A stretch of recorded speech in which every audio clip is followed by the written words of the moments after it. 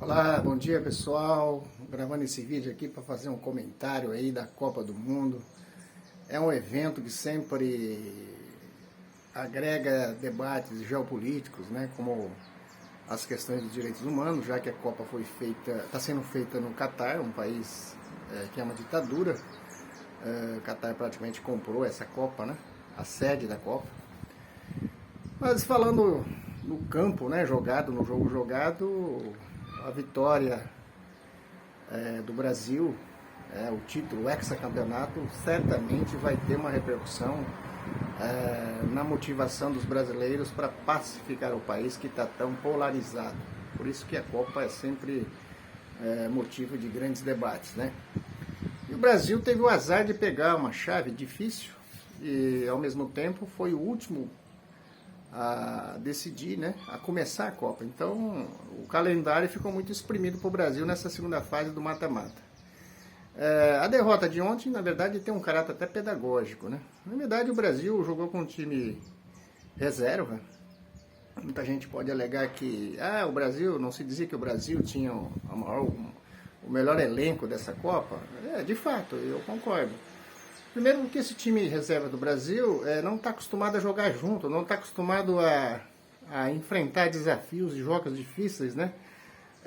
Como é a seleção em tese titular. Essa seleção reserva pode vir até a ser melhor do que a titular se ela tiver uma sequência de jogos e se tiver mais entrosamento, né? Ontem nós vimos que Camarões marcou um gol ali meio que... eu acho que nesse jogo serve aquela máxima do Parreira, né, que o gol é um detalhe. Ontem, de fato, foi um detalhe. Eu acho que o Tite fez certo em preservar o time titular, porque daqui para frente é um mata-mata, né? Então o Brasil teve o azar de pegar uma chave difícil e por último jogar por último, né, nessa sequência de jogos muito difíceis. Tem aí as contusões, né, que é praticamente esperado, porque boa parte dos jogadores estão disputando campeonatos muito pesados, principalmente jogadores que jogam na Europa, e a maioria joga na Europa. É interessante que algumas máximas do futebol estão sendo quebradas, né? Se dizia que o Brasil tinha dificuldade de jogar contra time europeu, porque nas últimas Copas quem venceu as Copas foram times europeus. E o Brasil passou por 2 times europeus e perdeu exatamente para um país africano. Na verdade, essa Copa também mostra que a Copa ela revela um aspecto da globalização, que é a migração de jogadores, né, dos países subdesenvolvidos, principalmente países africanos, latino-americanos, que jogam em times da Europa, né? Talvez uma das poucas exceções que é uma surpresa na Copa é o Marrocos, que mostrou ser um bom time, um time entrosado. E se por um lado a Europa quis se isolar, porque se coloca como países tecnicamente superiores, economicamente superiores do ponto de vista não só esportivo, mas econômico, a Europa está sentindo que o futebol também ela se desenvolveu em outras partes do mundo, né? E especialmente eu acho que as derrotas da Espanha da França e sobretudo porque países como o Japão, que não tem tanta tradição do futebol, acabaram ganhando. Mas se a gente analisar friamente, no caso do Japão e Espanha, por exemplo, a gente observou que a Espanha estava um tanto quanto desinteressada. Não é o caso do Brasil, que o Brasil entrou com o time reserva. E havia uma expectativa de fazer testes, né? E nesse ponto o jogo mostrou que jogadores como o Martinelli, como o Brenner e o próprio Fabinho, são jogadores que podem estar perfeitamente no time titular. O Martinelli, inclusive, pode até vir a ser um titular, ou ali pelo lado direito, ou em alguma outra posição do ataque.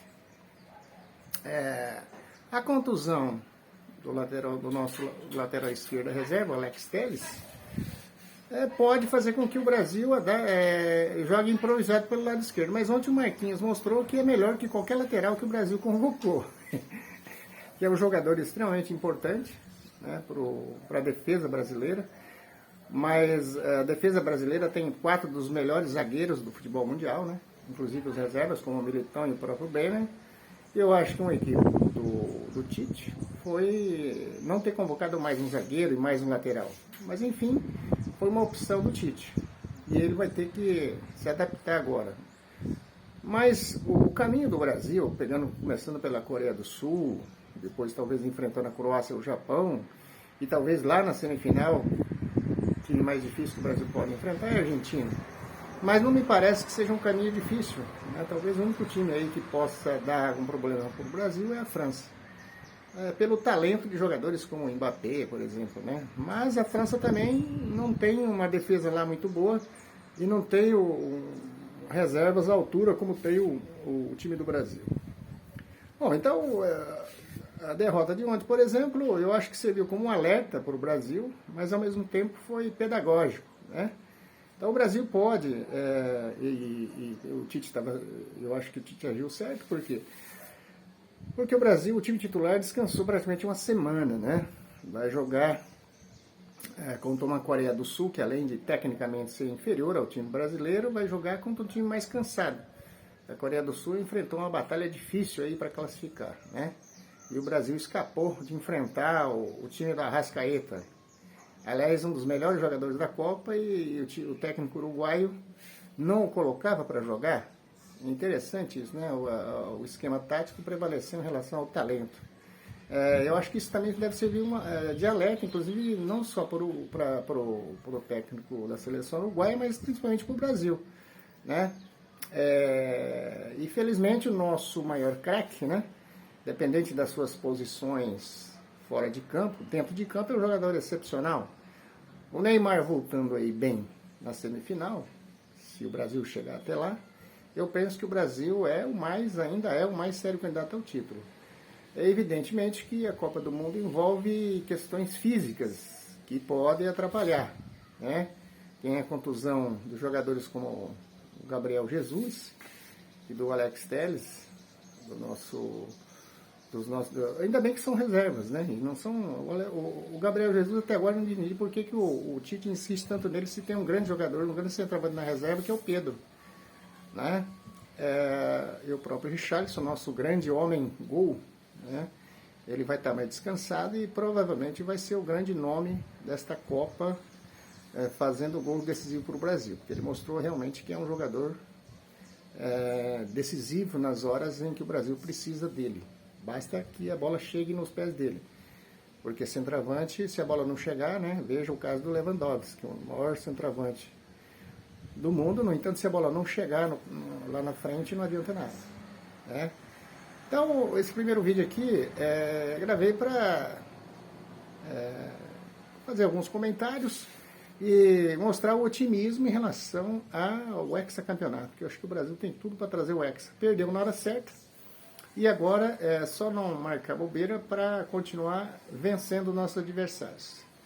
Beleza, pessoal? Até mais. Entre no nosso canal, Pode Sor.